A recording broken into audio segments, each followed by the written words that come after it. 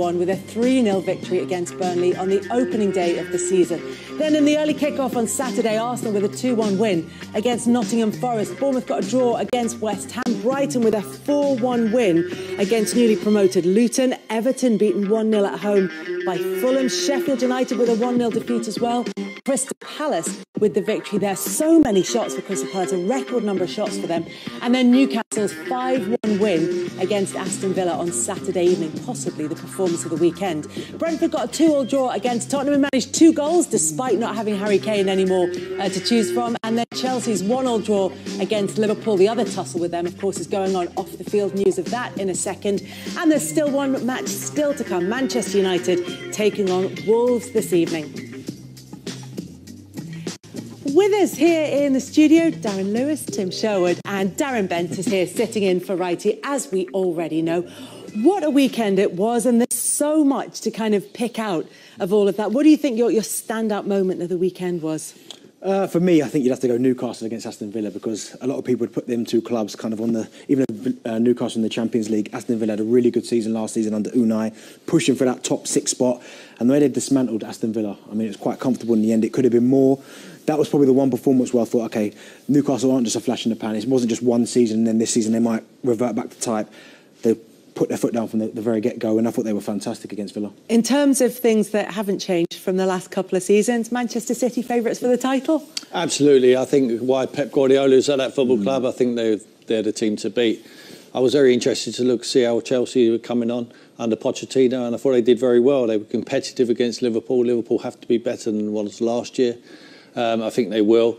Looking for someone to challenge. Will it be Arsenal? Will it be Liverpool? Possibly Chelsea. But for me, you're absolutely right. I think Man City are the team to beat. Anyone that gets above them, obviously, they'll win the league.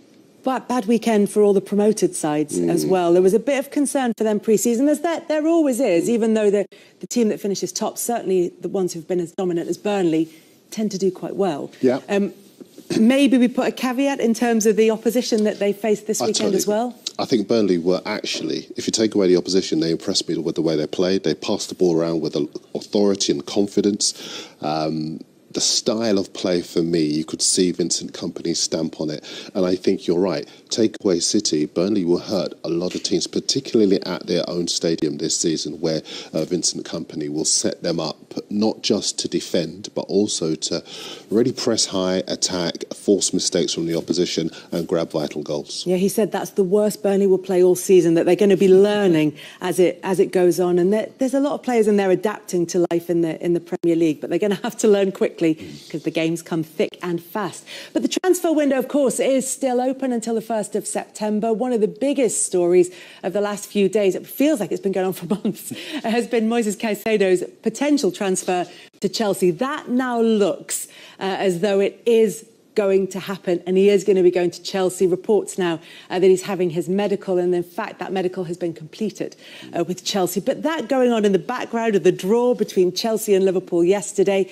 They've still got Romeo Lavia from Southampton to sort out, and although Liverpool are now reported to have agreed a fee of around about £60 million all included, Chelsea still could come in with another bid. That one is still not done yet. It's very interesting, this whole approach for defensive midfielders. Surely this was strikers' area before. It used to be, but that seems to be the fashionable position to play on the pitch now. And when you look at Caicedo, 100 million, I mean, it's crazy. I mean, you looked at the game yesterday, and I think both teams could do with a defensive midfield player, maybe more so Liverpool, because I don't think Alexis McAllister really wants to play there. But the fact that Chelsea have spent now 100 million on 2 players in similar positions in the last 2 transfer windows tells you that's a real area of importance. Now, I'm not quite sure, and Tim will be able to answer this better than me, the dynamic between Enzo, Caicedo, and if they're in for Lavia as well, I don't see how that works, because they're not creative. They're all kind of defensive-minded. So who supplies the ammunition, who gets in the box, who gets the goals? I think they're so good that they're flexible. I think Enzo, yesterday you saw Fernandes, he wasn't a sitting midfield player, you know, someone who picked the ball up and drive through the holes. We saw that with Declan Rice for Arsenal. You know, their game is evolving. They're not just sitting midfield players. I think they're adaptable, very versatile. And that's what managers want now, especially at the top teams.